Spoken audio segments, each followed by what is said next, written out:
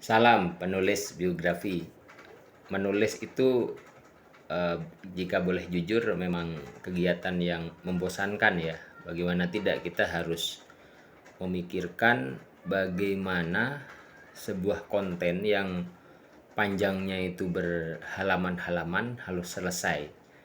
Mungkin jika bukan seorang penulis itu hanya terpaksa dilakukan saat kita mengambil kuliah ya, misalkan untuk skripsi, tesis atau disertasi, di mana mungkin jumlah halamannya itu kalau skripsi mungkin kisaran umumnya ya, kisaran 70 sampai 80-an atau 100, tesis itu lebih tebal lagi mungkin apalagi untuk disertasi.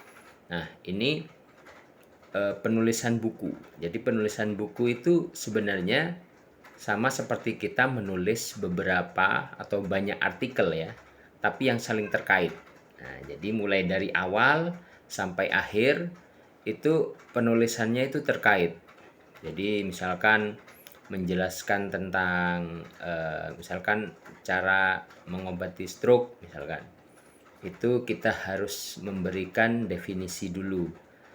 Bagaimana fungsi otak yang normal, lalu bagaimana kebiasaan-kebiasaan yang mungkin menyebabkan seseorang itu akhirnya sakit dan bagaimana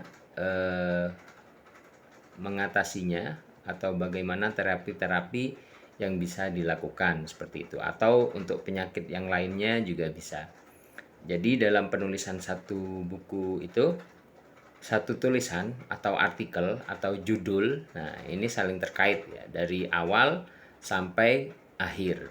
Nah, jadi memang mungkin ada teman-teman yang terbiasa menulis artikel, saat menulis buku itu mengalami kesulitan karena menyambungkan antara satu judul dengan judul yang lain itu mengalami kesulitan.